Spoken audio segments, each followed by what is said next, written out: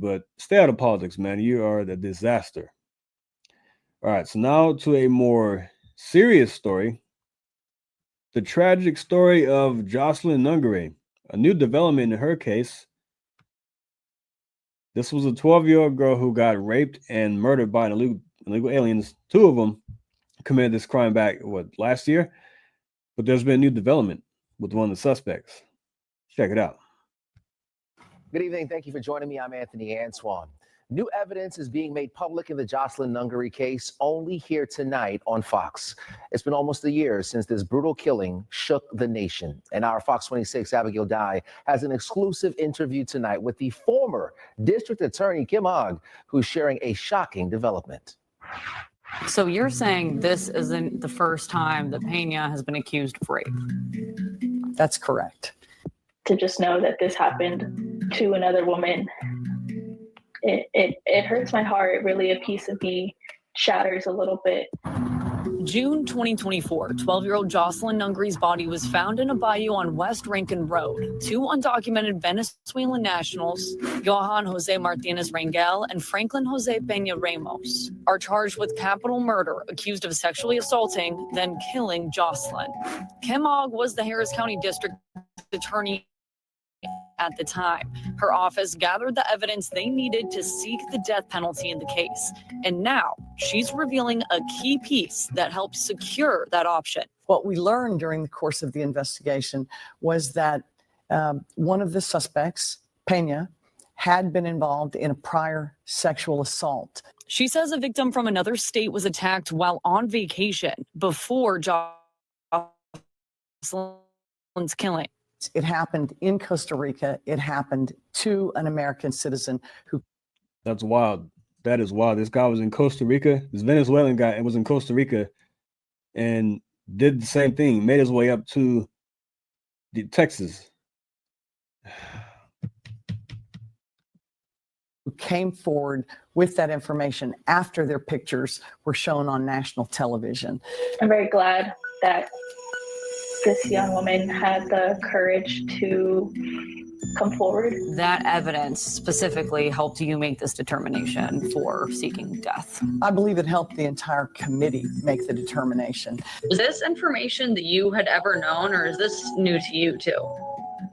This is definitely news to me. I always felt in my heart that this was never their first time, especially Pena. Why are you sharing this now? Because I am very concerned about the decisions that my successor district attorney has been making. When she reported it to the authorities in Costa Rica, they did nothing. And so imagine the frustration of that individual. I do not want that to be swept under the carpet. I think it's important for the public to get the final say. Do they deserve death for the rape and murder of Jocelyn, or should they?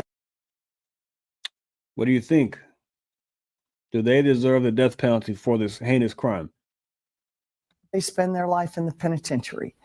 What I don't want is some backdoor deal done in the quiet of the night and a long time from now, once people have forgotten the horror of this case. I see this as a reoffender scenario, and because he wasn't held accountable for his actions when he did this to this other young woman, he should be held accountable for this young child whose life was taken. Now, I did reach out to the district attorney and their current administration, and I asked them if they have any response or comment to what Kim Ogg said, but they declined to comment on this. All right, the DA, Sean Tier, see if that changes moving forward. Okay, but let's put this in context. That information that Kim shared with you, that is really the game changer that's going to change this case here. I mean, it's huge. This is one of the big pieces of information that made her administration able to seek the death penalty in this case. You know, since these guys are Venezuelan nationals, there's really no way for investigators to figure out their criminal background. It's really hard to get that information. And so something like this, a victim, an American victim, coming forward to the DA's office saying that she was raped in another country by this man, it secured that death penalty option for them. So you're having this conversation with Kim Ogg, and she's sharing this information with you. Kind of walk me through like your thought process as a reporter. You know how when you get piece of information like that, you're like, wait. Shocking. Did I hear that correctly? Shocking. I was interviewing her really about Jocelyn Nungaray, but not this subject. And when she said that, I couldn't believe it. I asked her, I was like, oh, we're on record right now. Are you sure about this? And she wanted this information out there. She wants to make sure that this case goes to trial. It's not pled out. And that was her reasoning for sharing this right now. Abigail Dye has been working on this story for quite some time. We're actually working on a special for Jocelyn and her family. So it's coming up in a couple of days. You can also head and download Fox. Well, that'd be good to watch a special on Jocelyn. I think that'll be very good. I want to see more about the case. Oops. Don't want this to play. All right. I think that Texas Democrats have killed Before we go to this law that didn't pass here in Texas, that was one of the most, oh man, they got caught stealing Pokemon cards. And they got 47 years for that. So if you get 47 years for stealing Pokemon cards, you should get a whole lot worse for doing this to Jocelyn Nungaray.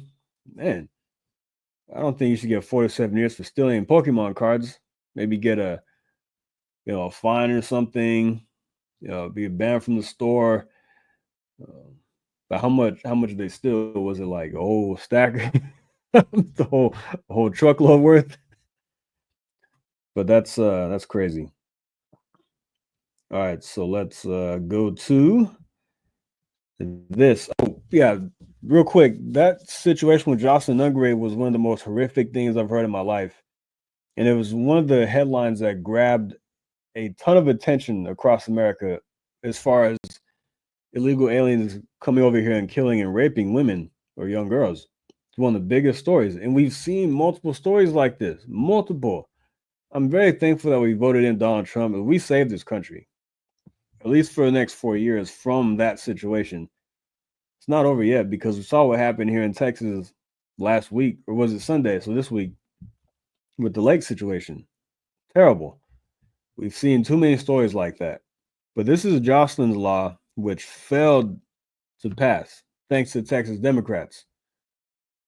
Jocelyn's law. It's May 29th, 2025, and these are your headlines.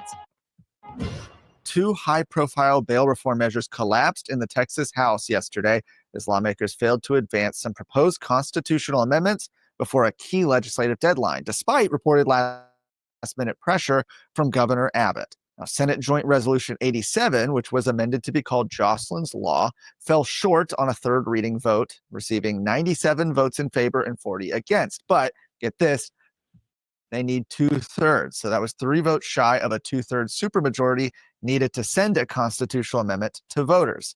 There's 150 members. They needed 100 votes. On Wednesday, lawmakers failed to reconsider the measure, leaving it effectively dead for the session. The resolution, named after 12-year-old Jocelyn Nungaray, who was brutally murdered in Houston last year, would have required judges to deny bail to individuals accused of violent felonies if they had been previously convicted of or were out on bail for similar offenses. Meanwhile, Senate Joint Resolution 1, a separate resolution that would have denied bail to illegal aliens accused of certain violent crimes, also failed last night, receiving only 87 votes in favor and 39 against, well below the 100 votes required. Like SJR 87, it also was called Jocelyn's Law. And the only major bail-related resolution to successfully clear the chamber this session was Senate Joint Resolution 5, which gives judges the discretion to deny bail to individuals accused of violent felonies if there is clear and convincing evidence that they pose a danger to public safety or a flight risk. While that measure passed earlier this month, it remains unclear whether it will satisfy Governor Abbott's demand for stronger bail reform measures. Reportedly, Governor Abbott had been in contact with lawmakers throughout the week, encouraging Democrats to support the legislation ahead of the final vote. But without a motion to reconsider and with the House's constitutional amendment deadline now passed, both SJR 87 and SJR 1 are officially dead for the session. The failure of the measures now raises the question of whether Governor Abbott will call a special session to revive the effort and push the proposals forward. Legislation to hold manufacturers liable for advertising harmful vaccines. Okay. I think that Governor Abbott should call it a special legislative session to get bail reform passed. There's no reason